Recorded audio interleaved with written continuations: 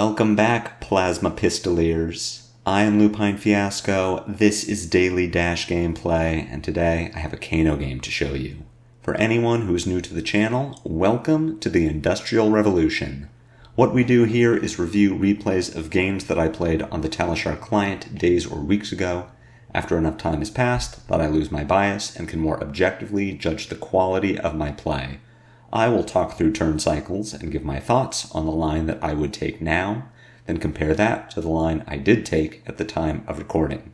We either learn from my mistakes or reinforce good play patterns with the overall goal of tightening and optimizing our gameplay in the future to take down paper events like ProQuests or Road to Nationals, and most importantly, walk away with that shiny, shiny cardboard. If you would like to check out the list that I'm playing here or try it for yourself on Talishar, a FaB deck link is available in the video description below. And while you're down there, if you haven't already done so, please consider subscribing to my channel. A YouTube subscription is the best free way to support me and to make sure you see daily Dash gameplay in your video feed 5 days a week. The best paid way to support me, for those who want to go above and beyond, is through Patreon. The Patreon link is also in the video description. A Patreon subscription will get you access to the Daily FaB Gameplay Discord. Your name will be featured in every Daily Dash Gameplay video. You could receive bonus content every week, and there are even more great benefits to come. Daily Dash Gameplay will always be free 5 days a week, so for those who can't afford to patronize me, I truly appreciate it. Let's talk about our sideboard and our game plan. Kano has won the die roll and will be putting us first. Overall, I think this is to our benefit as we get to push a little damage on turn 1. We also have the potential to force Kano off of being able to activate his hero power on our first turn. I do understand why Kano would want to go first. Being able to block out all of our damage turn 1 puts him at an advantage when he wants to crack back with a few free spells off the top of the deck and arsenal a card for later. But for our part, I choose to go first in this matchup. It is a way to prevent Kano from getting his turn 1 value. Now, of course, as Dash, we have a lot more options to interact with Kano, that being Viziertronic and our Achilles Accelerator. We have AB3 in this matchup, and we have a lot of blues in this deck, which is really nice for preventing incremental damage from Kano, as well as interacting with Wildfire on his pop-off turn. For the deck itself, I am not going to change any of these cards. There is an argument to be made for boarding out a red and boarding in Teklo Pounder as another blue to pay for Arcane Barrier, but I don't want to interfere with my deck's ability to pop off. Ultimately, we are going to win this game through damage, and the more often we can put together big shot, maximum velocity, high octane turns, or even just hit with red 0 to 60s and red throttles, we are going to be better off in this match. You'll see me open with Induction Chamber rather than Pounder. I think this might be a mistake. I think the call against Kano might be to board out our Induction Chamber and board in a second copy of Pounder, then start with Pounder. These games certainly go longer than 5 games into Kano go because we can pay for Arcane Barrier, but I think ultimately we are still racing Kano. We aren't trying to play towards this end game of pitching blues into Chamber and Pistol to fight against fatigue. We are still looking to win in 3 to 5 turns. So if I was going to play this game now, I would board in a second Pounder and start with a Pounder rather than a Chamber. But overall, our game plan really doesn't change. We are pushing damage against Kano. We are utilizing our excess blues for Chamber and Pistol where possible, or Arcane Barrier if Kano presents the opportunity to us. And the biggest thing we want to keep in mind is that we have resources available at any point on our turn, aside from the end of it. So sequencing really looks like keeping blues in hand while we boost early. After the first boost, we want to Foundry Heart while we have cards available to pitch into Arcane Barrier if necessary. We really don't want to get caught having to go down a resource on Foundry Heart without anything else in our hand to pay for Arcane Barrier, if that becomes something we need to do. Aside from that, we're just on the normal Dash game plan of optimal plays, getting maximum value out of our cards, and trying to set up big max V or big shot turns. So we can get into it and see how it all breaks down.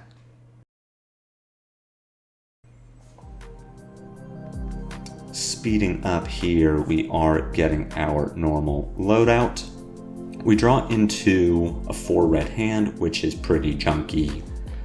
We do have a maximum velocity, which I would like to set into Arsenal. At least at this stage in my Dash career, I haven't been burned enough times by having the max V that we can't play. And we are trying to race Kano. So what I'm looking to do here is pitch Pulse Wave Harpoon and Throttle into Big Shot, then Arsenal a max V. There's a line where we just pass the turn, let Kano disrupt us a bit, try to pitch our reds into whatever he plays off the top, but for the most part I would like to make him block with something. Pitching our Pulse Wave and our Throttle keeps boost cards in the deck. Not that I am expecting to get to second cycle, but if we play Spark of Genius and get to shuffle, I would rather have impactful red boost cards in the deck than Big Shot. So what I would like to do is pitch Pulse Wave and Throttle into Big Shot, then pass the turn. I instead choose to pitch to Throttle, not boosting. So ultimately, this is the same play. We are pitching 2 reds to attack with a 6, but the 6 that we put back into our deck I feel is slightly suboptimal. We're going to pass to the end of our turn. Kano will activate his hero power. We unfortunately don't have anything to pitch into it. Luckily for us, Kano does mostly miss, banishing a Blazing Aether off the top that he chooses not to keep and also cannot play.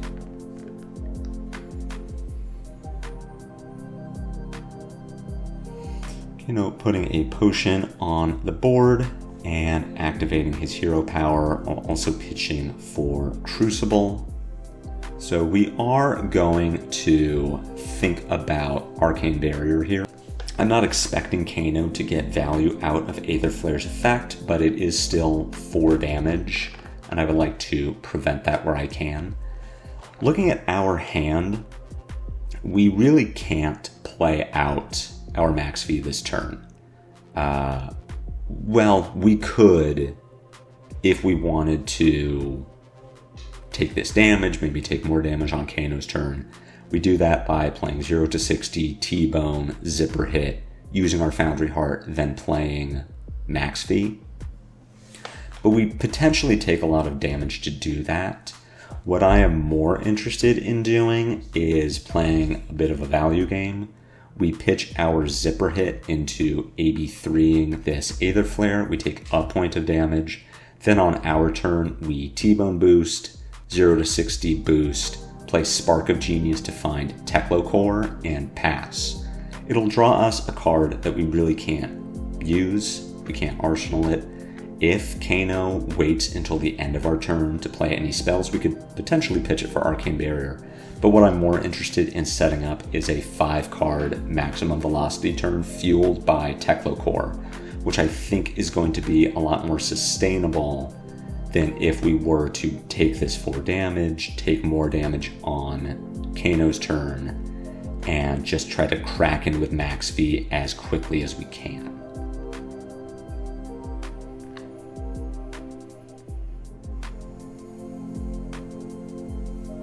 Kano deciding to block on his turn, on our turn, is great news for us.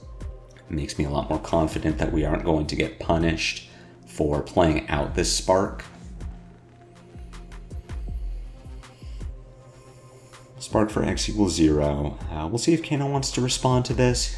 He does not appear so. He's just going to keep the cards. We draw into a really good setup for Max V.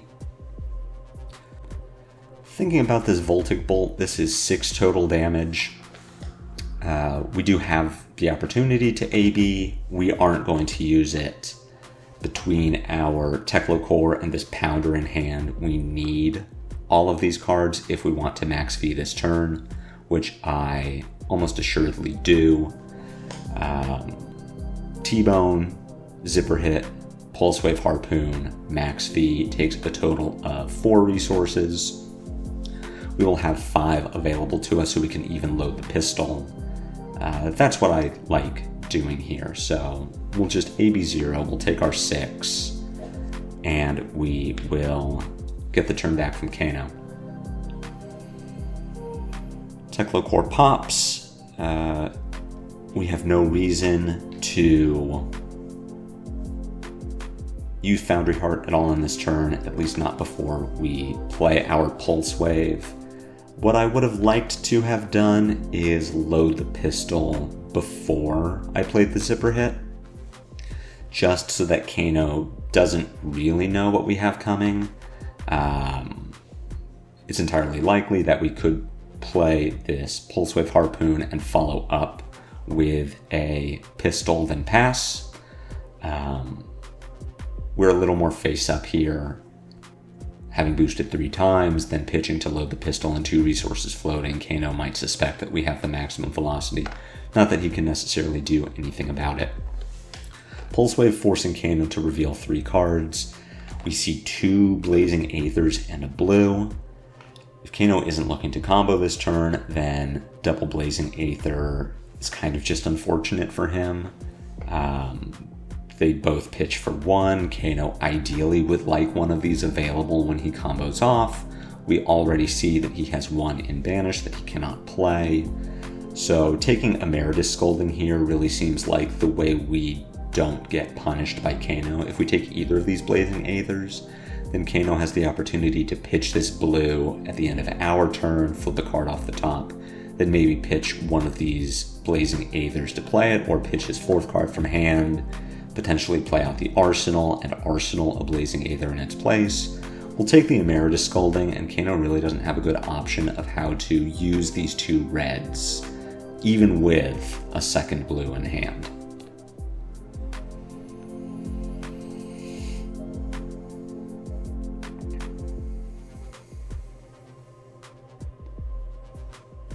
As for our follow-up, we are just going to load the pistol and max V for 10. I'm not interested in using Foundry Heart here, or at least I don't feel like I should be. Though I suppose this is a slightly better line. I actually like this now that I'm seeing it. We get an extra 2 damage this turn off of our pistol induction chamber, then max V, so I take it back. I clearly had a good idea of what I was doing at the time, so good on me for realizing that the extra resource spent to load the chamber would convert to 2 more damage this turn. Kano takes all of it to throw another Voltic Bolt. We don't feel great about taking 5 here, but based on what is in our hand, we are willing to let it happen. Our core is going to give us 2 resources. We have 2 more blues in hand to give us a total of 8, possibly 9 if we use our Foundry Heart. High Octane will draw us a card. Twin Drive will give us a total of 3 action points. We'll have the resources to load and shoot the pistol a number of times, plus whatever High Octane draws us. So we will take this 5 and go down to 28 and feel confident that we can AB3 on our next turn. Instead, choosing to AB3 there, going down to 31. I'm not sure how I feel about it.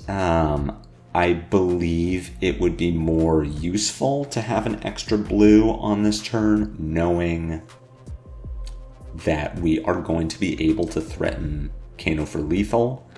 He could just block out, sure, but eventually he's going to need to mount some sort of offense against us, and if this is the turn he's going to do it, then having more resources available to stop impactful damage is good. Sure, that Voltic Bolt takes us to 28, but with an extra blue in hand, we can AB3 Kano's Wildfire and AB3, whatever comes next. If it's a spindle, then we are preventing Kano from opting more cards.